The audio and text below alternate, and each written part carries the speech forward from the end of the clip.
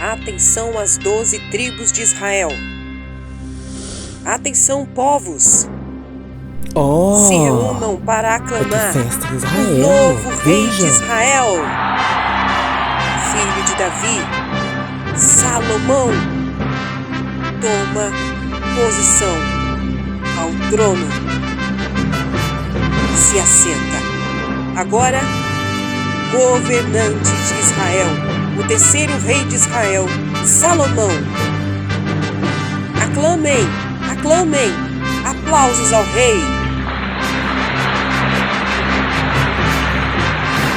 Será que Salomão vai ser um rei como seu pai, Davi? Será que ele vai reinar com justiça e temor a Deus? No livro de 1 Reis, que relata as histórias dos reis de Israel, 1 Reis, capítulo 2, versículo 10. E Davi dormiu com seus pais e foi sepultado na cidade de Davi. E foram os dias de Davi. Reinou sobre Israel 40 anos, 7 anos reinou em Hebrom, e em Jerusalém reinou 33 anos. E Salomão se assentou no trono de Davi, seu pai, e o seu reino se fortificou sobremaneira. Olá, olá, amigos! Olá, minha irmã! Olá, você que nos acompanha nessa maratona, mergulhando na palavra de Deus, no livro de Salmos. Hoje, um personagem diferente no livro de Salmos aparece aqui no capítulo 72. Salomão é coroado rei. Será que ele vai ser um bom rei como o pai? Olha, já foi feita a pergunta. E pela primeira vez na história de Israel, que a autoridade do rei passou de pai para filho. Quando Davi chegou à sua idade, separou seu filho e após a sua morte, 40 anos reinando sobre Jerusalém, sobre Israel de forma geral, agora Davi passa a coroa para o seu filho Salomão. E Davi começa o seu reinado muito bem. E no Salmo 72, ele faz a oração pedindo ao Senhor que lhe dê sabedoria para reinar. Reinar com justiça, reinar com amor, reinar com dedicação, assim como foi seu pai Davi. Portanto, o capítulo 72 está direcionado a um governo. O novo governo de Salomão. Salomão também é escritor dos Salmos 127. A alegria estava reinando sobre a terra de Israel. O povo estava alegre. O novo rei da dinastia de Davi estava ali reinando e a princípio se iniciou muito bem, orando, pedindo conselhos a seu pai, pedindo sabedoria a Deus. Mas ao longo desta caminhada, desse reinado, vamos observar que Salomão vacilou. É bem provável que ele escreveu o Salmo 72 no início do seu governo, pois, uma vez, nesta caminhada, ele se afastou do Senhor. Salomão tinha um pecado escondido. Eis aí o problema. Ele continuava envolvido com a idolatria dos outros povos e não manteve a devoção como seu pai Davi. A devoção a Deus em oração, em temor, em justiça, em paz. Tudo isso começou muito bem, mas ao longo dessa caminhada, com o seu envolvimento com mulheres de outros povos, diz 1 Reis, capítulo 11, mulheres estranhas, além de adotar a adoração das suas esposas, ele também deixou de cumprir a lei de Deus. Ele até casou com a filha de Faraó, imagine. Em 1 Reis, capítulo 3, também diz que Salomão continuava subindo nos lugares altos para oferecer votos, holocaustos a outros deuses. Veja aí o perigo de ter um pecado guardado e deixar ele quieto e não confessar. E você vai ver que por causa de tudo isso, Salomão começou muito bem o seu reinado, mas terminou de forma bem ruim. No capítulo 72, nós vamos aprender a importância de orar pelos nossos governantes, como também nós vamos entender o reinado de Salomão apontado para o reino eterno de Jesus Cristo. Sim, porque Deus havia prometido a Davi uma dinastia eterna, segundo Samuel, capítulo 7, versículo 16. Promessa que se cumpriu em Jesus Cristo, o Filho de Deus. Não em Salomão, mas foi em Jesus Cristo. No aspecto espiritual, este salmo deve continuar na sucessão do reino para aquele que é o filho de Davi, que é maior que Salomão. Quem é este? Jesus Cristo. Mateus capítulo 12, versículo 24. Diversas vezes você já observou lá nos evangelhos as pessoas se dirigindo a Jesus em busca de milagres, dizendo: Jesus, filho de Davi, tenha misericórdia de mim. Está aí. Jesus fazia parte da dinastia de Davi. Jesus era da tribo de Judá, portanto Jesus é filho de Davi. E as pessoas reconheciam, por isso que chamavam: Jesus, filho de Davi, tenha misericórdia de mim. E no livro de Mateus, o Evangelho de Mateus, ele enfatiza o reino dos céus, o reino do Pai, o reino de Jesus Cristo. Antes de entrarmos no texto de fato, temos que colocar algumas especulações de diversos comentaristas da Bíblia sobre quem foi o autor de fato do Salmo 72. Alguns declaram que o Salmo foi escrito por Salomão.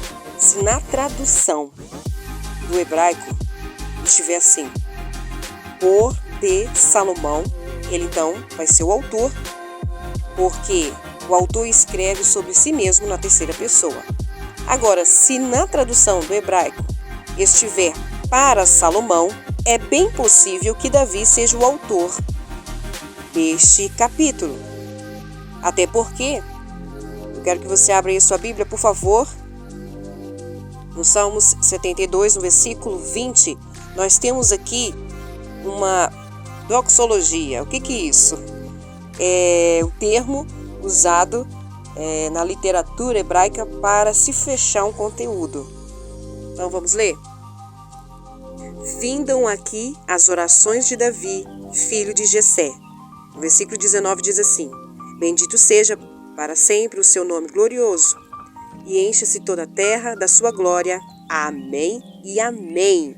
A palavra amém aparece para fechar esse bloco do livro de Salmos. Que bloco é esse?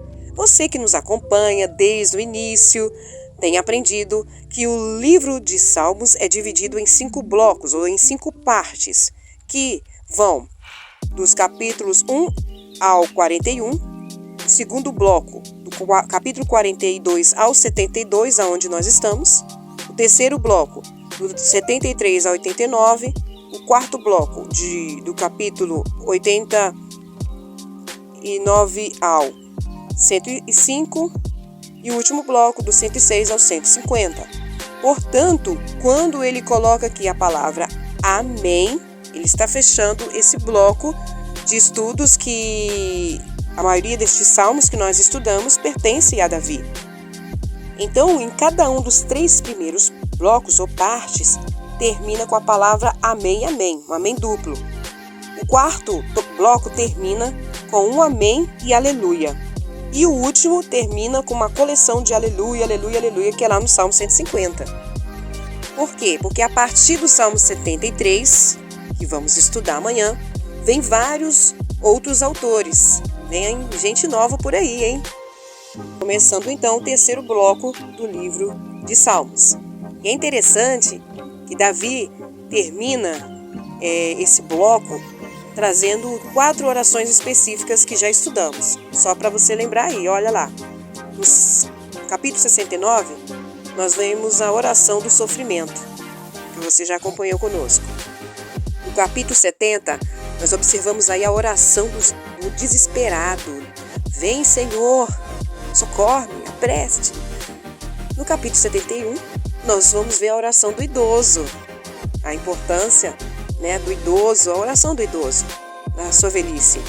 E aqui no capítulo 72, nós vamos ver a oração do rei, que nos ensina a orar pelas nossas autoridades. Então vamos lá? Abra sua Bíblia se você ainda não abriu. Sejam todos bem-vindos. Deus te abençoe. Capítulo 72. A excelência, justiça e glória do reino de Salomão prefiguram as do Messias. Ó Deus, dá ao rei os teus juízos e a tua justiça ao filho do rei. Ele julgará o teu povo com justiça e os teus pobres com juízo. Os montes trarão paz ao povo e os horteiros justiça. Julgará os aflitos do povo, salvará os filhos do necessitado e quebrantará o opressor. Então, nessa primeira parte do capítulo 72, nós observamos o caráter do governo. Precisa ter justiça, precisa ser um reino de justiça. E aqui nós aprendemos com Salomão como devemos orar pelos nossos governantes. A importância de orarmos, sim, orarmos pelo presidente, pelos senadores, governadores, prefeitos, vereadores, pelo servidor público. Porque aqui Davi vem mostrando que uma nação que é pacífica, que faz justiça, não uma justiça qualquer, leviana, mas uma justiça justa, essa nação é abençoada. É livre de perseguições. Nós precisamos intensificar a oração pelo nosso Brasil, pelos nossos governantes. Existem leis para ser aprovada que afastam da palavra de Deus, que vão envergonhar o cristão, a família, de forma geral. E se nós não atentarmos para quem vamos votar daqui a alguns meses, para governar o nosso Brasil, nós podemos entrar em declínio, como alguns países ao nosso redor temos observado nos noticiários. Não existe mais uma liberdade de se pregar o Evangelho. Existe uma censura cristã, uma perseguição religiosa. Até mesmo no Brasil, em alguns estados, é proibido até fazer visitas. Existe uma lei que proíbe você visitar alguém. Precisamos estar atentos a que nós vamos colocar para governar. Precisamos, sim, orar. Seja qual for o partido, azul, vermelho, amarelo, nós temos que orar. Para aquele que estiver lá, seja de fato um cristão e continue sendo cristão do início ao fim do seu mandato. Que não oscila como Salomão oscilou, começou muito bem, temendo a Deus, fazendo paz e justiça, mas terminou subjugando o povo de Israel. Muitas vezes perdemos a vontade de orar, porque nós começamos a olhar para as circunstâncias ao nosso redor, para o cenário atual do Brasil, e falamos, para que eu vou orar? Para que eu vou continuar orando? Não é assim que devemos pensar. Não, temos que orar a todo tempo, porque quem faz a obra é Deus, e no momento dele. Precisamos analisar as propostas dos governantes, já foi dito isso aqui nos nossos estudos, antes de colocá-los nas cadeiras que lhes dão poder sobre a nação brasileira, sobre os estados e municípios do Brasil. Precisamos orar e orar com fé. Muitas vezes deixamos de orar, falamos que oramos e nada acontece porque falta fé. E a fé não vem de nós mesmos, é dom de Deus. Quando ouvimos a palavra do Senhor. E essa fé que nos dá combustível para persistir em oração. Não vou parar de orar aqui, vou desistir de orar para ali, não está resolvendo nada, não. E temos aprendido com o salmista que o desespero e a fé é que nos faz orar e orar e orar. Só Deus pode mudar, e quando eu oro, eu creio sim que Ele vai mudar. A oração no nome de Jesus é uma oração feita segundo a vontade de Deus. Seja feita a tua vontade, assim na terra como no céu, não é assim que oramos? Então podemos falar, seja feita a tua vontade, Senhor, assim na terra como no Brasil, como no seu estado, no seu município. Precisamos orar. E muitas vezes não estamos orando como convém, não sabemos como orar. E o apóstolo Paulo, nas cartas de 1 Timóteo capítulo 2, nos ensina e chama a atenção, a exortação a orar por aqueles que governam. Lê comigo. Ademoesto, pois, antes de tudo que se façam deprecações, orações de súplica, intercessões e ações de graça por todos os homens, pelos reis e por todos os que estão em eminência, ou seja, todos que estão em governo, todos que estão com autoridade sobre algo ou alguém, para que tenhamos uma vida quieta e sossegada, em toda piedade e honestidade. Veja aí, quieta, sossegada, paz, justiça. É isso que Salomão está colocando aqui no capítulo 72 de Salmos. Continuando a leitura. Por isso é bom e agradável diante de Deus, nosso Salvador, quer que todos os homens se salvem e venham ao conhecimento da verdade. Gente, vamos parar de piadas nas redes sociais. Vamos parar de criticar ou de brigar por causa de partido. O que nós temos que orar é pela salvação e conhecimento da verdade dessas pessoas que se venham se converter ou que são convertidos, que permaneçam na lei, na moral divina. Porque muitas vezes, a fama, o dinheiro, ali a posição vai à cabeça e se esquecem de Deus. Nós temos que pedir, orar e clamar. Como diz a canção, Deus, sara esta nação com o seu poder. Portanto, Davi faz essa oração que ele tenha um reino de justiça, e a palavra justiça, aqui nos Salmos, aparece 4 vezes. Mas um dia virá aquele que vai reinar com toda equidade e justiça, e fará justiça pelo mundo inteiro. O nome dele é Jesus. Sim, Jesus um dia vai voltar e fará justiça inteira. Salomão não o fez, ou todos os reis que sucederam não fizeram, somente Jesus Cristo. Por quê? Quem foi o rei que cumpriu a justiça? Jesus cumpriu toda a justiça, Filho de Deus. Sim, na sua morte, na sua ressurreição, na sua ascensão aos céus. Cumpriu a justiça para que todos os pecadores pudessem se reconciliar com Cristo. Está escrito no livro de Romanos, capítulo 5, e tantos outros textos que Paulo também escreve. Aí no capítulo 3 fala, que os montes trarão paz ao povo. Olha que interessante. O nome de Salomão, no hebraico, significa paz. Só que essa paz plena vai vir do príncipe da paz, que é Jesus Cristo, o Rei dos Reis. E o capítulo vai falando aqui sobre a prosperidade, sobre a justiça, sobre o reinado, que de fato se cumpriu na pessoa de Jesus Cristo. No próximo ponto aqui do capítulo, nós vamos aprender que o governo do rei ele é universal. Tanto Davi como Salomão governaram sobre reinos extensos, mas não tanto quanto o domínio do Senhor Jesus. Lucas capítulo 1, versículo 33.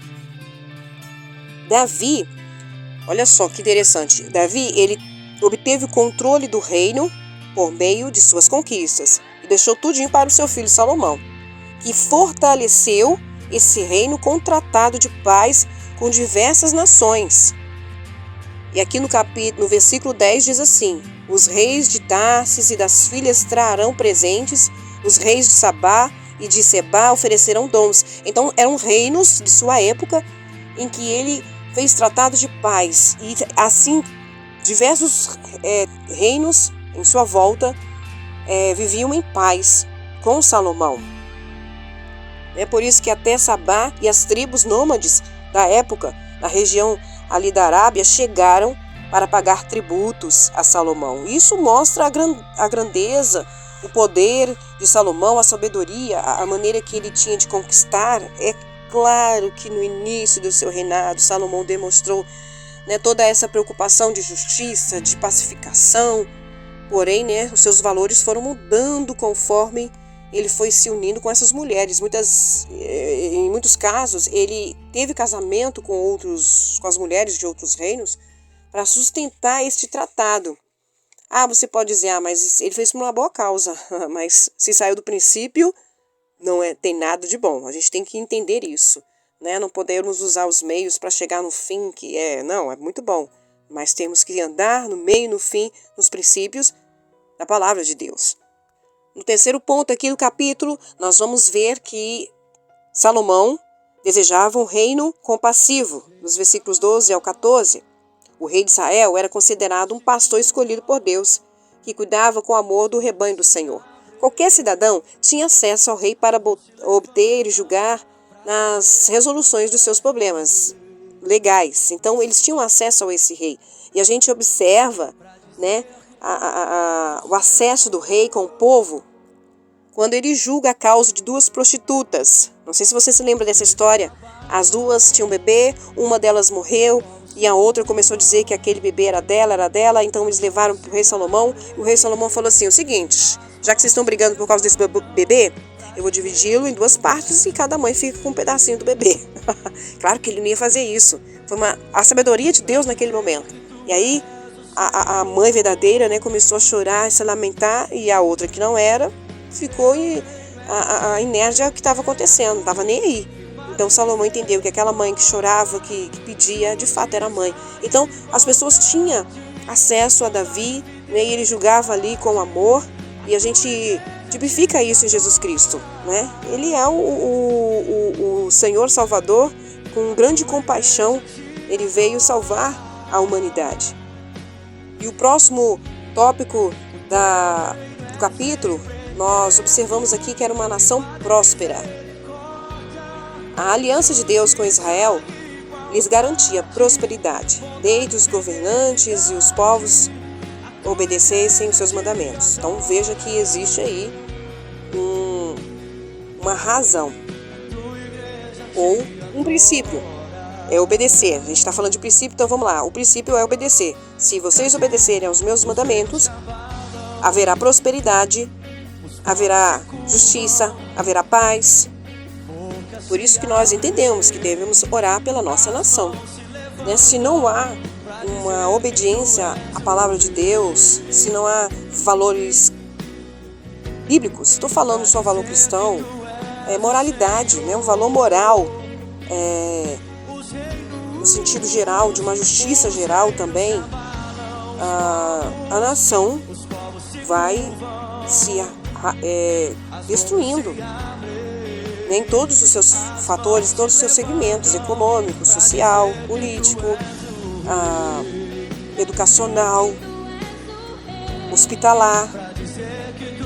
Todo segmento vai se perdendo quando não se tem governantes que tenham um olhar de compaixão e amor para com o cidadão brasileiro.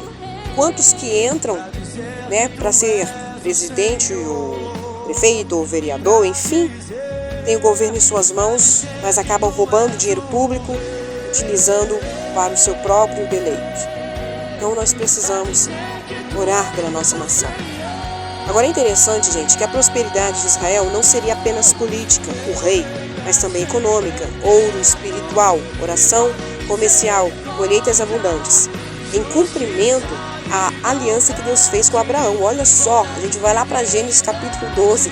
Deus fez uma aliança com Abraão, vem aqui se cumprindo com Davi e Salomão, só que essa bênção alcança todas as nações da terra. Depois você confere no livro de Gênesis capítulo 12, através de quem? De Jesus Cristo, filho de Davi, o Rei eterno. E Salomão descreve isso aqui no versículo 17. O seu nome permanecerá eternamente, o seu nome se irá propagando de pais a filhos, enquanto o sol durar, os homens serão abençoados nele.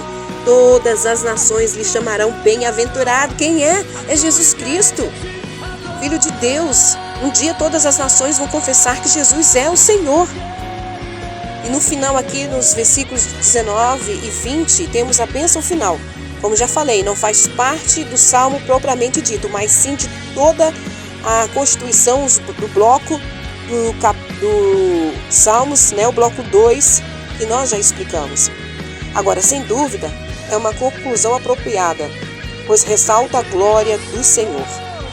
O reino de Salomão teve sim a sua parcela de glória, mas foi passageira.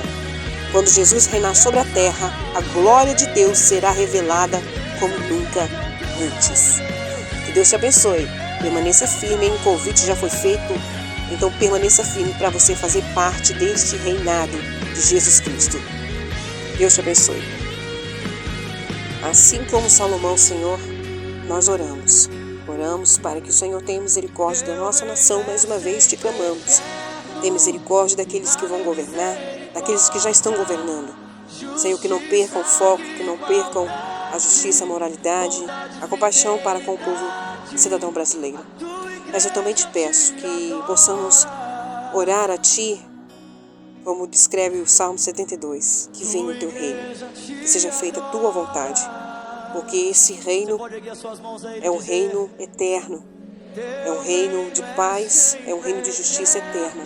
E jamais, Senhor, eu quero sair da lista de convidados deste reino, assim como essa pessoa também que ora hoje comigo, deseja fazer parte desse reinado que hoje, aqui na terra, somos representantes desse reino e que um dia estaremos contigo na glória, reinando eternamente.